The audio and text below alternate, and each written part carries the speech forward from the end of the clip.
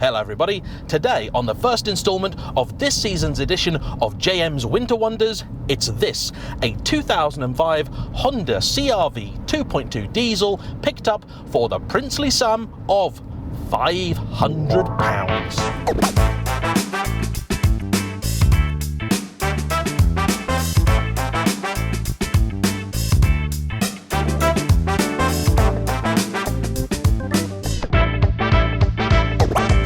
On the way up today, a thought actually occurred to me, which is that I don't think I've actually ever driven a Honda CR-V full stop.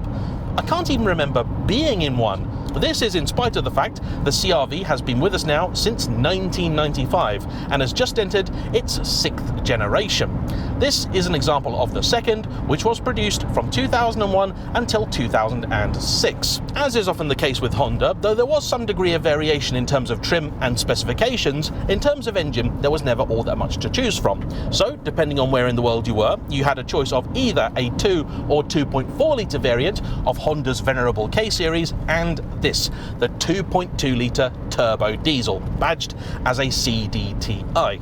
Unfortunately, I think the UK is one of the markets that did not get the larger of the K-Series, instead having to make do with the 2 litre, which in a car that weighs, I think, around 1.6, 1.7 tonnes, just doesn't seem like that good an idea. That engine makes only 150 horsepower and, more tellingly, about 140 pound-foot of torque. As you would expect with a diesel, this does make a touch less power, but quite a bit more torque. So here you've got 138 horses, but 250 pound-foot.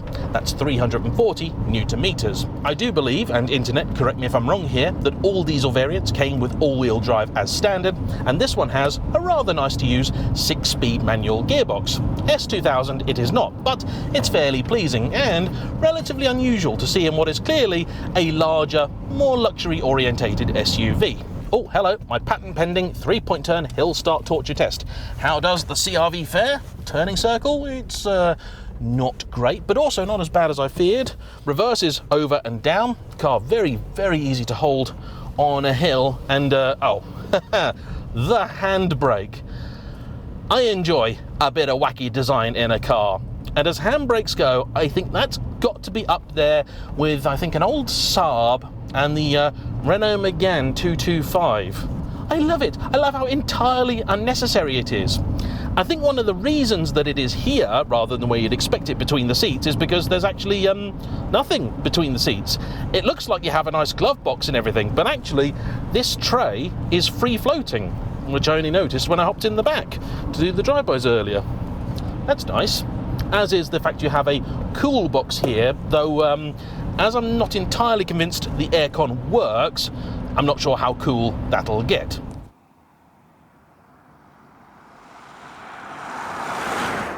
The benefit, of course, of a Winter Warrior is the fact that the aircon not working is almost a given rather than an issue. And in this car, at least, if you do get a little bit warm, the sunroof does work, as do all of the windows. The heater, more importantly, is still functional, and this feels like a great car to get through the grimy months. Only a few hundred yards down the road, and I've got to say, I've actually really fallen for this. It's just nice. Sure, a lot of the trim and bits in here is very typical sort of late 90s, early 2000s Honda. In other words, nearly all of it, aircon notwithstanding, actually still works. It just doesn't feel that flash or upmarket. Nothing appears to be hanging off or falling apart, and really it's a very nice, light, airy and spacious thing too. This car's owner, James, acquired it earlier in the year, and in that time he's done about 4,000 miles. Though he is by trade handy with a set of spanners, happily, in the 4,000 miles he's had the car, he hasn't needed to put those skills to use. Even better, it has achieved, on average, about 47 to the gallon, which is actually even better than the official figures that I found, showing the car would do combined about 42. There is actually a reasonable amount of poke, and though the engine is unlikely to win any awards, it does the business. Curiously, this is another one of many cars whose fate has been turned by the arrival of ULEZ zones. When it was new, I expect the vast majority of people would have likely wanted this diesel engine on account of its frugality and extra torque. it makes sense. The tow bar on the back is another possible hint at this car's past, and that's another thing you would definitely want the diesel for.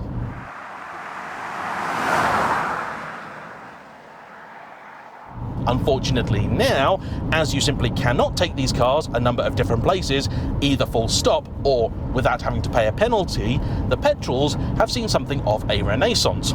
But the good news is, if you don't need to venture into London, Glasgow, Edinburgh, or a number of other cities on a regular basis, these are quite good value for money. £500, I will admit, is an exceptional price. Today on Auto Trader, I couldn't find anything for sub 995, and those cars did not look like ones that you'd want to buy. Instead, I think it'd be fairer to compare this with, say, a £1,500 example, and for that you will get a selection of both petrols and diesels across a number of years, most of which with sort of 6-digit mileage. This car being a 56 plate, it's an example of the facelift, which was introduced in 2004.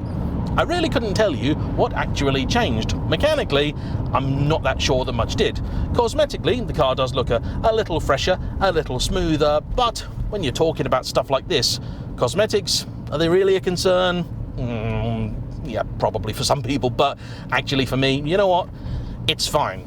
It's the sort of car that for me I think you'd buy not really caring about it, and then 6 months later you'd find that actually you'd kind of fallen for it. It's a lovable companion, and on that front, another thing this car is excellent at, being a dog wagon. Not only do you have a nice big proper opening door at the back which gives you loads of access and a nice friendly step for your furry companion to get into, you've also got an opening glass section at the back, though how you open it I'm not entirely sure. We did it earlier and I think it's a button in here, but yeah, I don't know where that is. In any case, that's handy because you can chuck Fido some treats without letting them out, and they've got plenty of visibility too, and even better for both canine and human occupants, because this car came from the era where privacy glass wasn't considered super fashionable. It doesn't feel like a pit of despair in here, and it's got decent ride quality too. Though in suspension terms it's likely far from Honda's best work, when you get it onto a road like this, which is a fairly demanding section even after repairs, it's beautiful. It rides like a Rolls Royce. Actually, no, I've driven a Rolls Royce down this road and I think the CR-V is marginally more comfortable. It's true. This bit down here, this is brutal. Many a sports car, I'll be backing off here because you go, oh no, I don't know what's going to happen, and it's just great. Oh my word, it's so soft. But actually saying that, it's not really super wallowy either. The steering is slow. Try and chuck it in a bend and it will just go, no sunshine, not happening. This car has a British accent because though it may have a Honda badge on it, I do believe that it was a product of Swindon. I can't do a Swindon accent though. I mean, what even is a Swindon accent anyway? What would this car sound like? G'day, mate.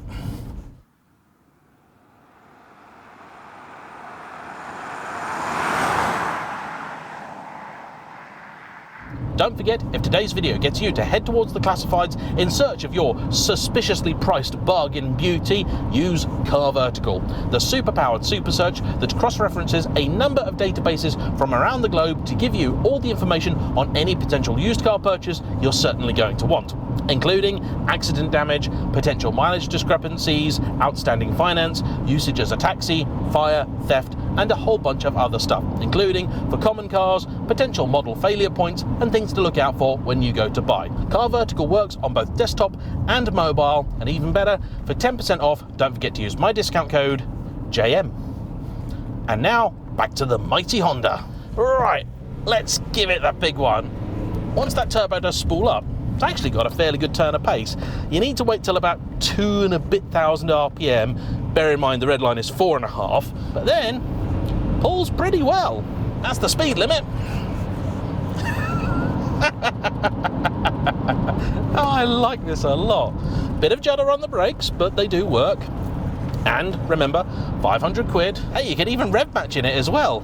There's a turn up. Heel and toe, not going to happen because the pedals are just far too far apart, but you know, one can dream. I really like this car. I want to buy it. I genuinely do. I'm going to try and buy this. It just does everything. When it goes, it stops, you can see out of it. It's not massive, 4.5 meters long, still well under 2 meters wide. Even for a newer driver, it just wouldn't be daunting. And this is the sort of car you can just do basically anything with.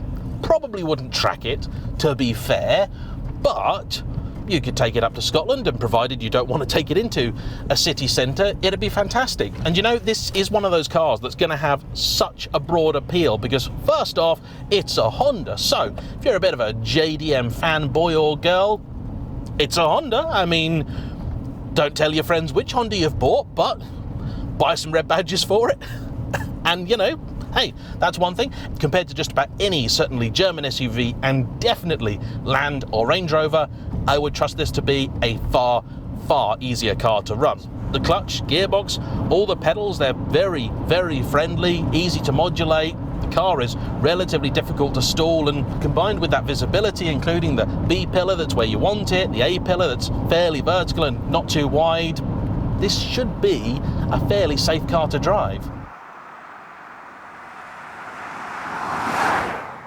Then anybody that has maybe young kids, dogs, that sort of stuff, and just wants a wagon for those sorts of things, well, it's nice enough, pleasant enough, has the space in it, and it's cheap enough that you can probably get it, not care about it all that much, and hopefully it won't hate you for that. I have absolutely no doubt these cars do have a few faults, but doing my research, I couldn't quite manage to find any particularly big ones.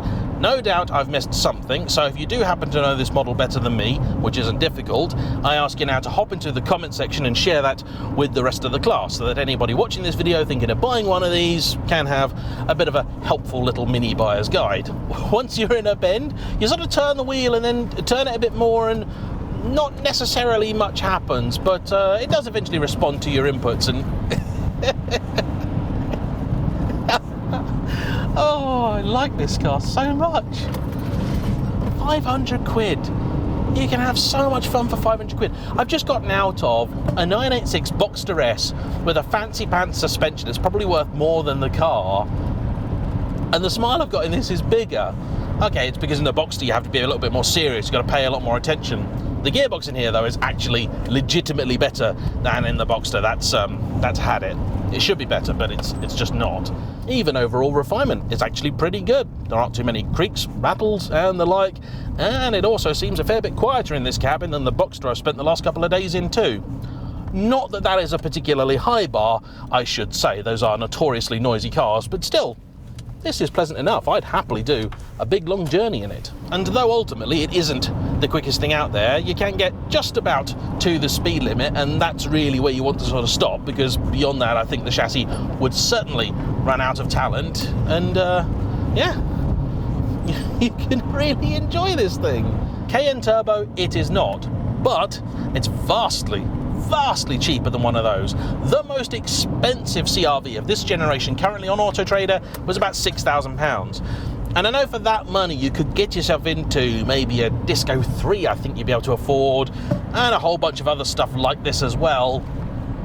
It does just work. I mean, people pay more for a Vauxhall Mocha, and that's just not a car that really makes sense. Come on! I know that I have a love of all cars. This is really important to me. But when I look at my calendar and you see, you know, Ferrari here, Porsche here, Maserati here, Aston Martin here, and then in the middle is Honda CR-V. I didn't even note down which CR-V it was. I didn't even check until a couple of days ago. You don't really have any expectations, and maybe that really is the absolute best thing about these bargain basement cars. You go into them just needing the most simple of things. Something to get you from A to B without breaking. That's it. Or if it does break, being cheap to fix. And sometimes then the cars you find, they exceed expectations in such a way that you can't help falling for them. And that's the case today. So, this is my brief, but hopefully somewhat helpful review of the 2005 Honda CR-V 2.2 CDTI. I want to say a big thank you to James for bringing his car out, and if you've got something a little bit like this, or maybe completely different, that you've paid shockingly little for, and you'd like to share with the rest of the internet at large, please don't forget to get in touch. My email address is in the description of every single video. But until the next one, all that remains to be said is thanks for watching. Don't forget to hit the like button, comment down below, and subscribe if you haven't already. I'll see you soon. Bye-bye.